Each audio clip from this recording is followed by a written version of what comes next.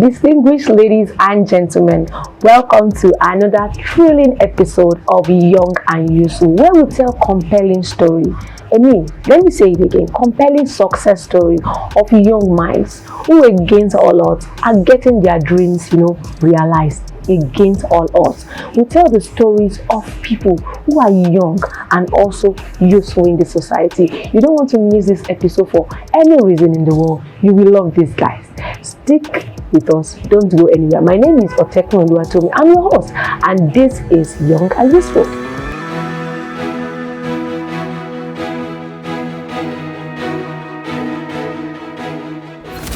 Welcome back. If you're just joining us, all you need to do is to sit down, relax, and enjoy Young and Useful. Today, I went in search of a young mind.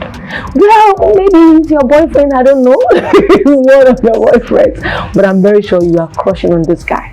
He's a young Nollywood actor who started, I don't want to say much because I want him to spill the tea more. I don't want to say. So guys, I know most of you want to start acting.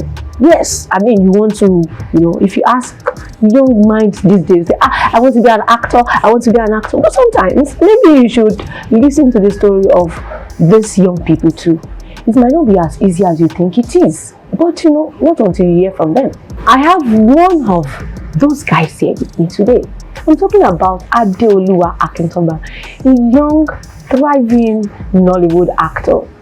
I can say that this guy is cool, calm, and collected, but on screen, I don't think that's what we see. But that is acting, right? But today we have the young and the useful Adeoluwa Akintoba in the building. Thank you very much. You see, big daddy cool level. Laolu is the host today. Look at the way Laolu is sitting on my show. And we already agreed that Laolu will be, okay, it's fine. Laolu, it's good to have you on the show. Thank you for having me.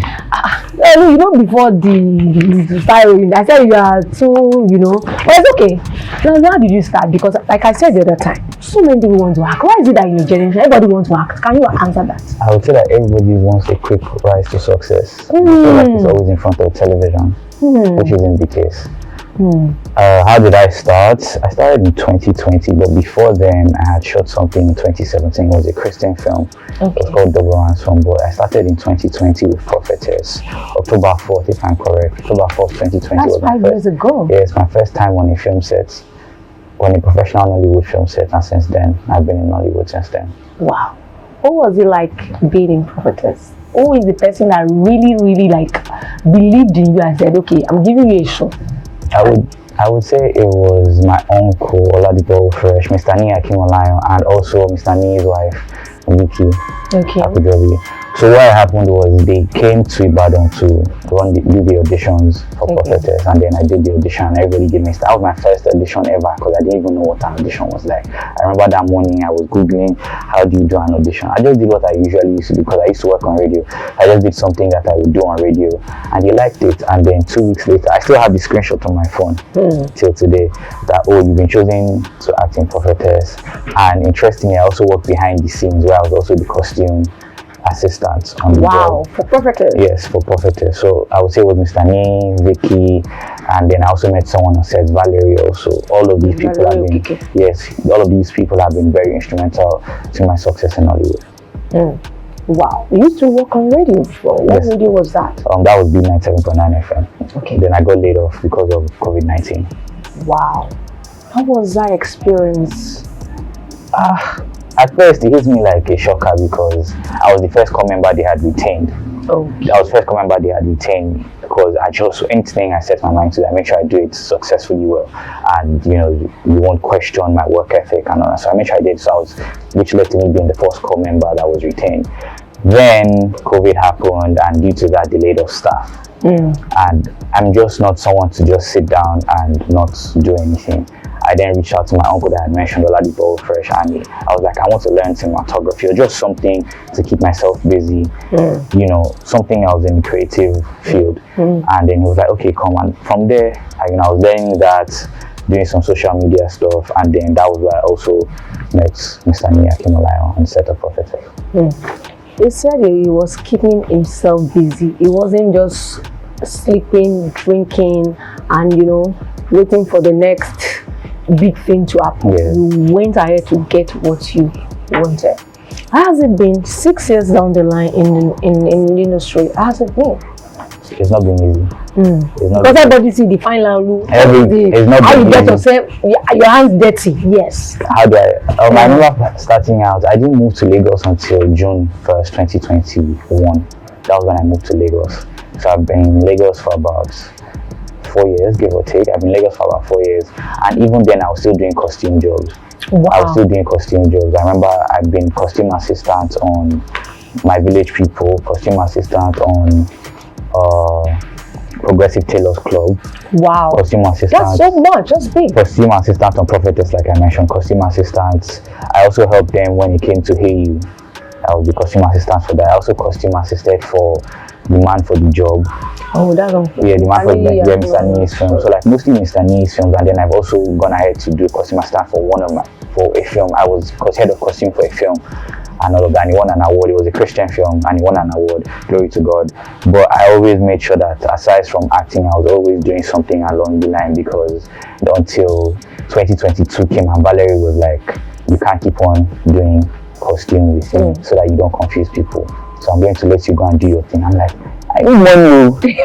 Like, this one you're telling me that, oh, you are going to let me. I'm like, I don't believe in all that. She's like, I know what I'm saying. And it was scary for me to be out there on my own, meaning that she wasn't going to call me for jobs, meaning that I wasn't doing anything costume related, and I couldn't, and I understood where she was coming from. And then 2022 was where I would say everything now picked up.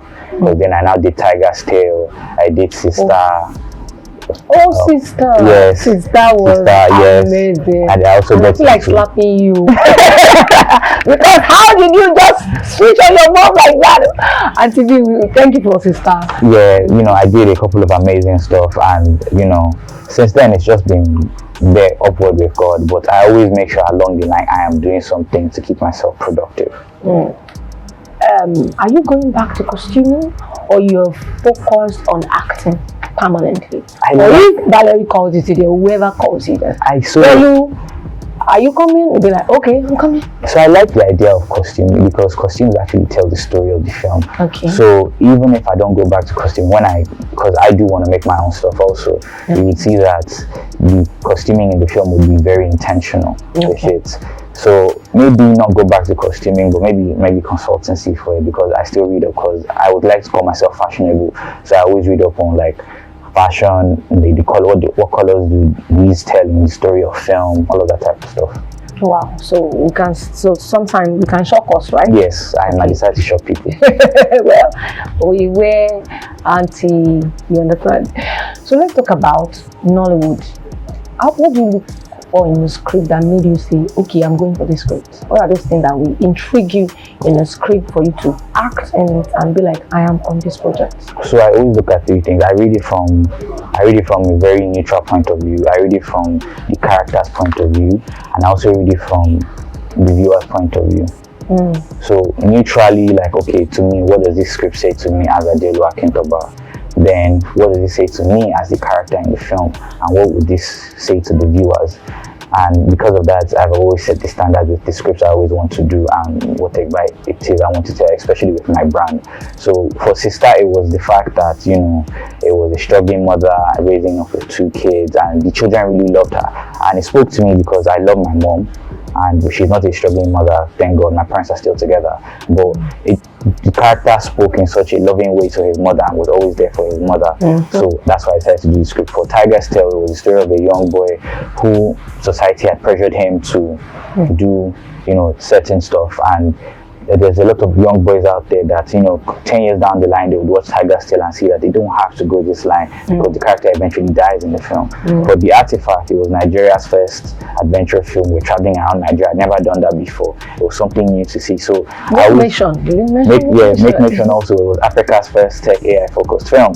So all my films, I'm always looking at 10 years down the line, is this still going to be relevant? Take for example, Loki Adults that I've done with Susan and Fatima. it tells a story about young people and the struggles of young people, because we don't have a lot of stories for young people that young people can relate to. I remember you said that. And there's a huge gap with that. And if we're not telling the stories of young people and we're only telling the stories of older people, we're not going to inculcate them into Nollywood. We're not going to inculcate them into making the next future superstars.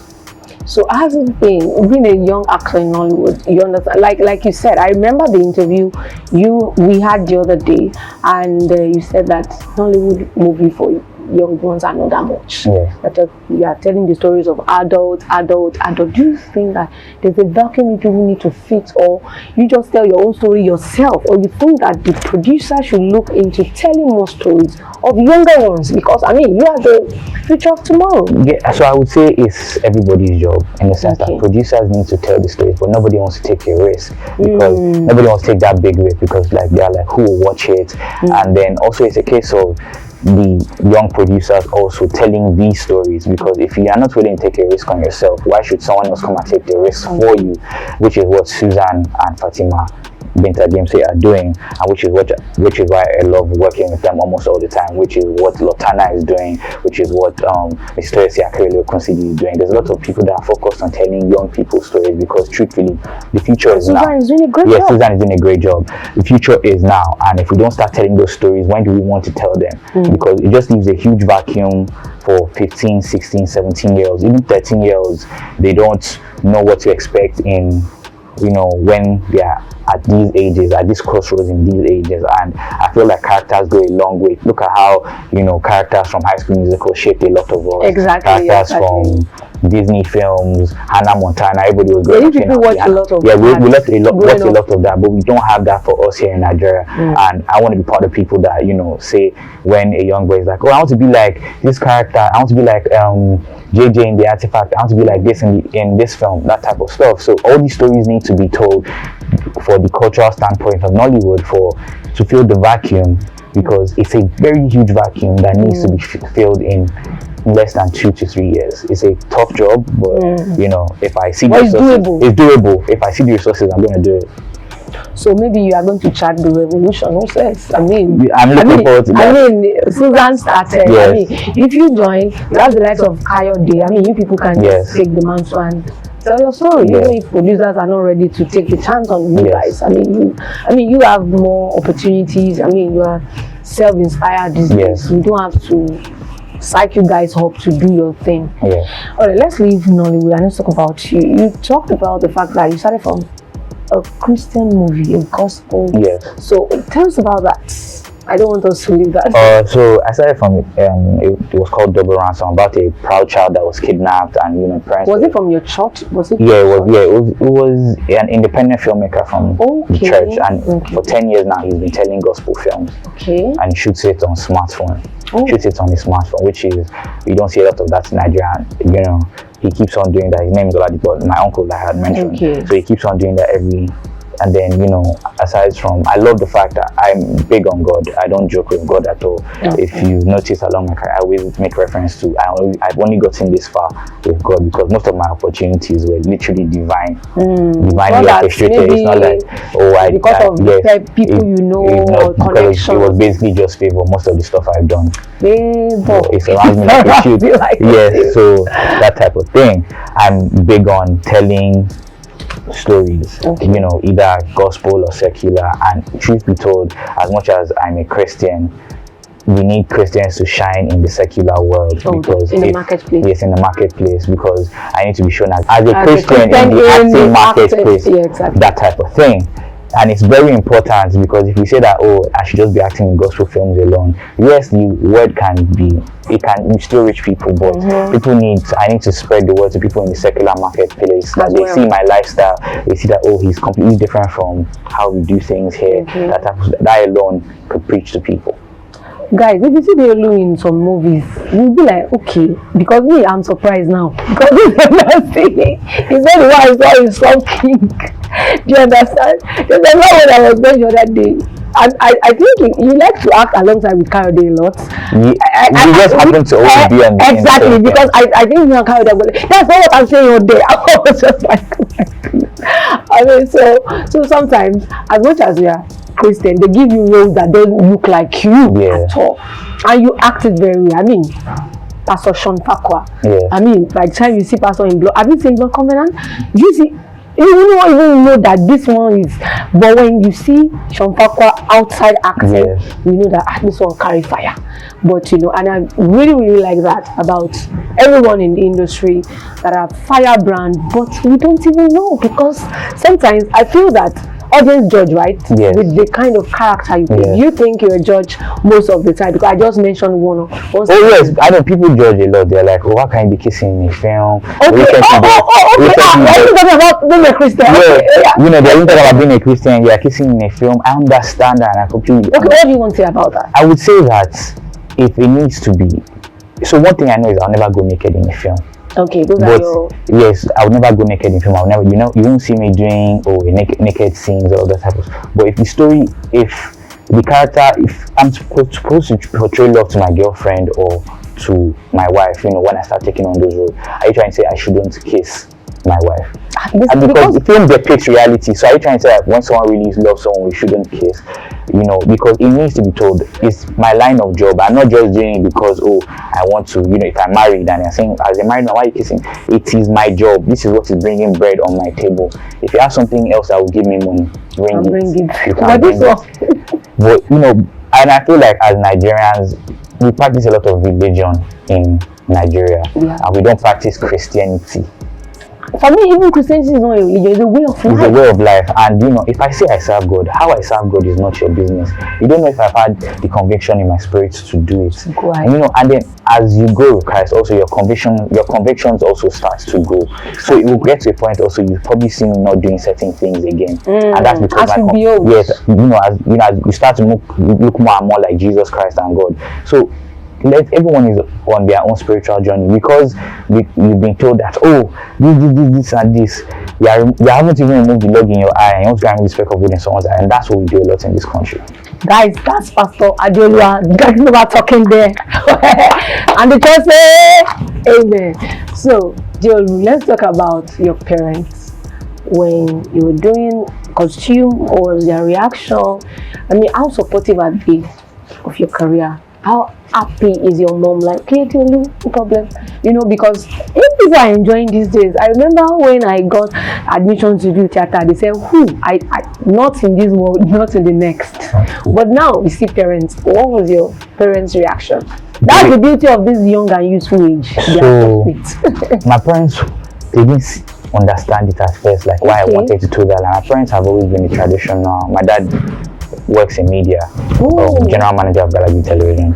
So he worked 9 to 5, that type of thing.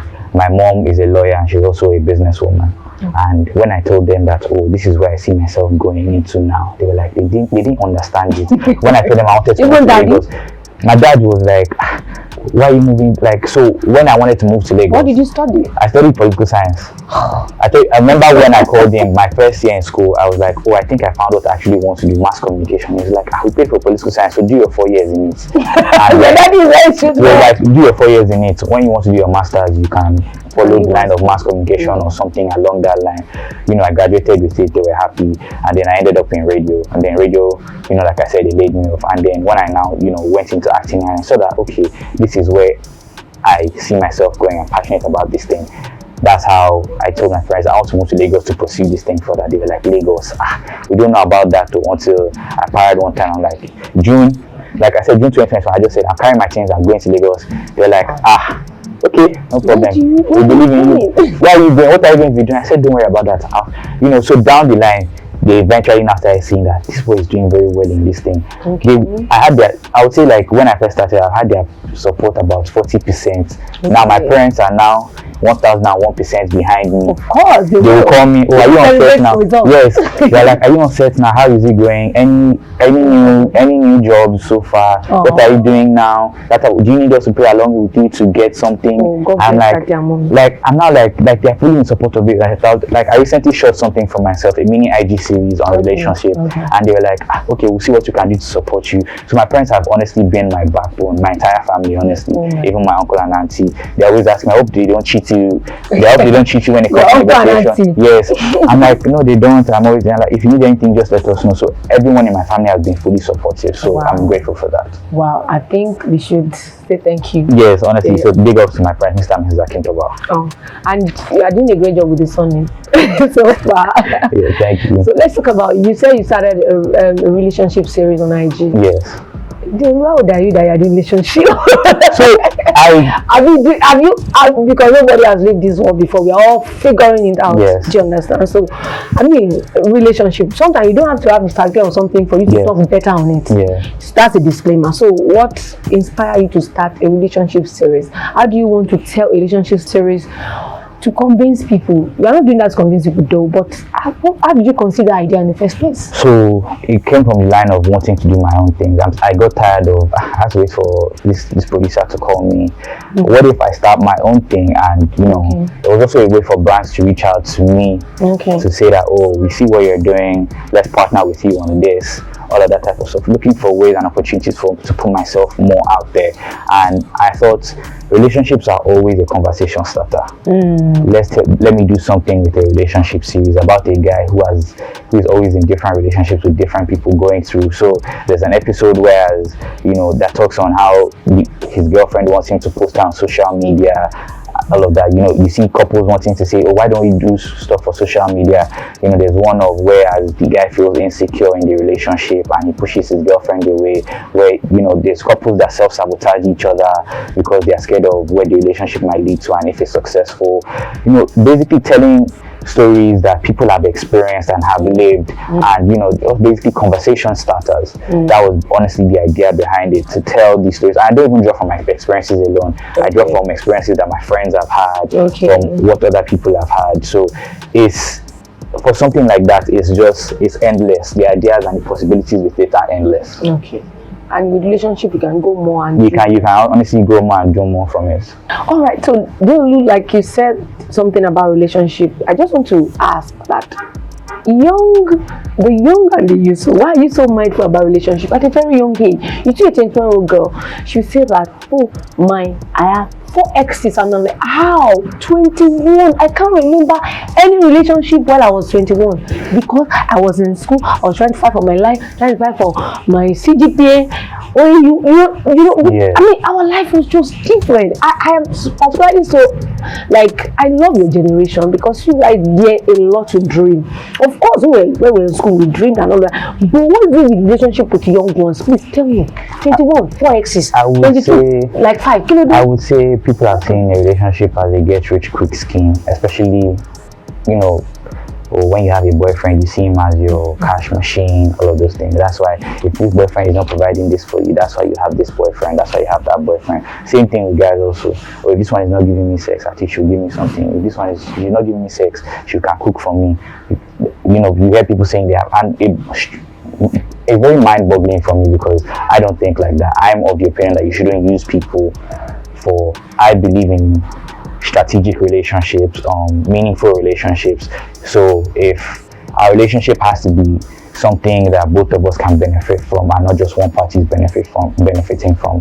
For this generation, you hear that, oh, someone has been with 4 exes. Oh, why have you been with 4 exes? Oh, he wasn't providing this for me. And you ask her, what was she providing for him? She was like, well, I was just there. I'm like, yeah, almost like that's not how relationships work. So I feel like, it's a case of there's been a warped mentality towards what relationships should be in this generation, which is why I feel like the series I did is just pointing out that, okay, this is how it should actually be.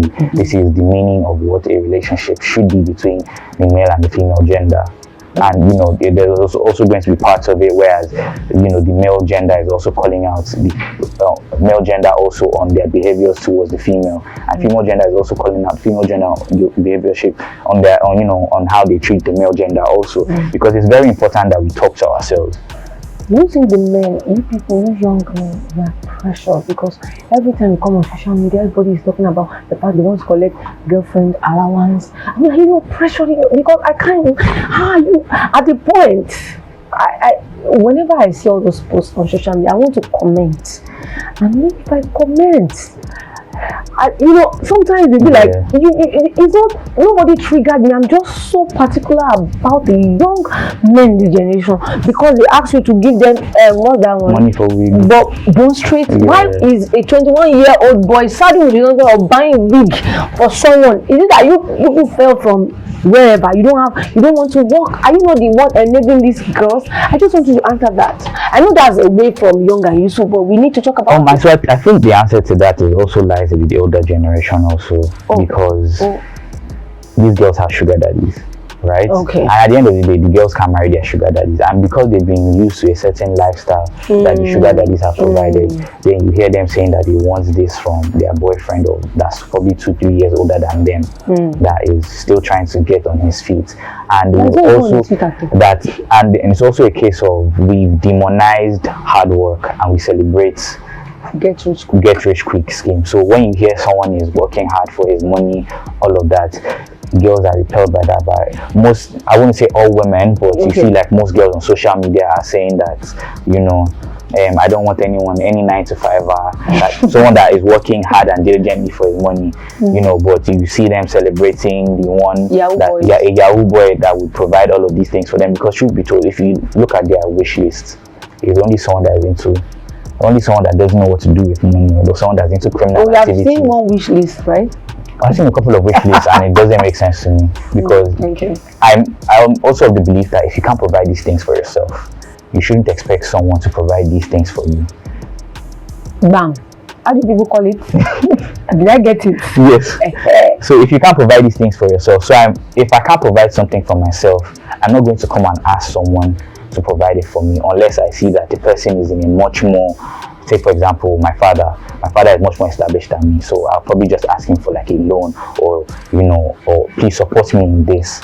You understand? Yeah. So I'm also of the opinion that if you can't provide these things for yourself, don't go and be asking someone that's in the same, probably trying to get on their feet as well to provide it for you, because where do you want them to start? You want them to steal, you want them to kill people. And I think that's why internet fraud is also on the rise, because a lot of boys, because women will not listen to a man that doesn't have money. Money is, so it's about money now, not about value. No potential. I mean, they'll tell you that potential cannot buy them here, value cannot buy them here. These are the things you hear, because we're in such a social media driven age where you see a 14-year-old in secondary school already having an iPhone and talking to his teachers anyhow. We want to get rich so fast that we want to enjoy all of these. The sense of delayed gratification isn't there anymore. You haven't. What work have you done to want to drive a GLE that someone in their 30s is driving? You know, and I honestly believe in delayed gratification, but I also believe in, you know, if you see a shortcut that makes sense, then put that a shortcut that makes sense. You need to believe in shortcuts, but that makes sense. It has to make sense. It has to be. Or maybe risk. Yes, if you see that the risk is going to pay off, the risk and is, you know, the risk and the reward makes sense, and it doesn't impede on your life, it doesn't impede on another person's life. It's not you going to have to siphon someone out of their hard-earned resources. Do it. Do it. That's where I am today. I took a risk. I decided that I'm going to come to Lagos. I'm going to chase my career. I want chase your dreams. So yes, chase your dreams, but don't chase your dreams that is going to impede on someone else's life. It's going to risk your life also. Don't chase something that at the end of the day, you're not going to be proud to talk about in big circles.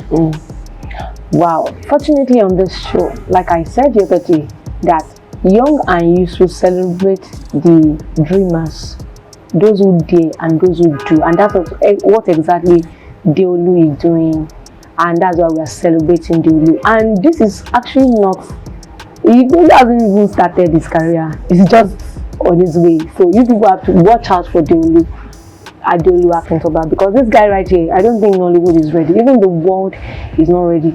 Well, it's bankable. We can bank on him. So let's talk about the risk you took coming to Lagos. Has that risk, has it paid off, or is paying off? Is paying off, and it has paid off, is paying off, and it's still going to pay off. I remember when I wanted to move to say Lagos, and I thought, what else can I do aside from this? I wanted to be Timini'S PA.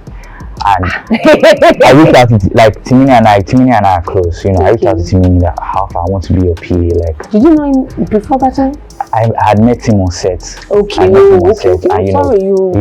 know, Okay. because we had spoken. I was like, okay, sure, no problem.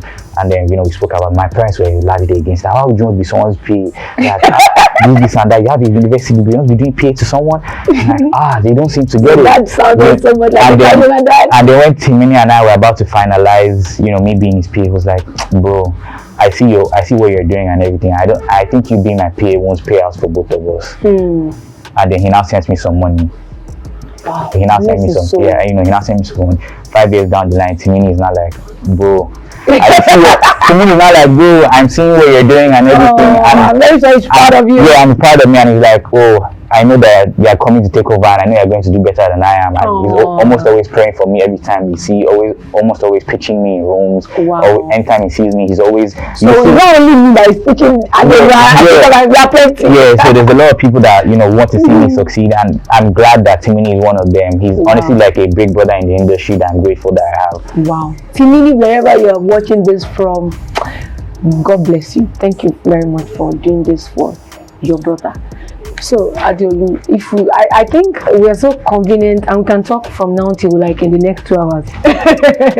Adeolu, what's that thing that you can't wait, that project you can't wait to do, and who do you want to collaborate with? Are we going to see you like being behind camera, producing your movie, being a producer, or directing, or going back to your costuming very soon? And just, I mean, what are we seeing they will do in the next 5 years? So the truth is, I want to do it all. I want to executive produce my own film. Okay. I want to now, or maybe in the next coming years, you know, I want to be able to do all of these things. I want to be a showrunner for a young adult film, a young adult show, a young adult film. I want to do it all. I want to live my life so fully that people see me and they're like, because he was able to do it, I believe I can do it also, because that's the whole essence of life, to pour into yourself as much as you're also pouring into others. And I want to be able to pour into people also with my talent, with my craft, because the truth is, when you choose not to rise up to the occasion, there's a lot of generations there that are not going to rise up because you decide to be idle. And I want generations to come from me and say that because this person did this thing.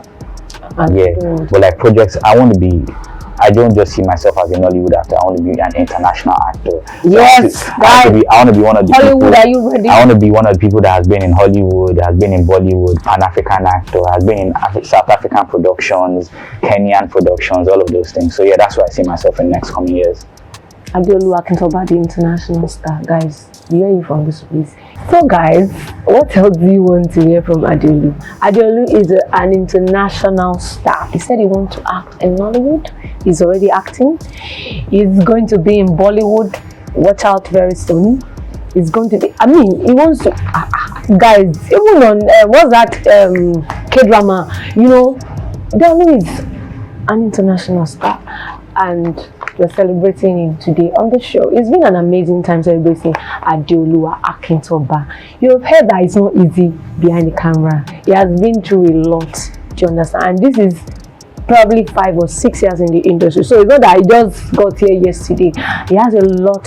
Like I said the other time, I said he has not even started. You guys should watch out for the international star called Adeoluwa Akintoba. My name is Otefun Oluwatomi, and this is Young and Useful.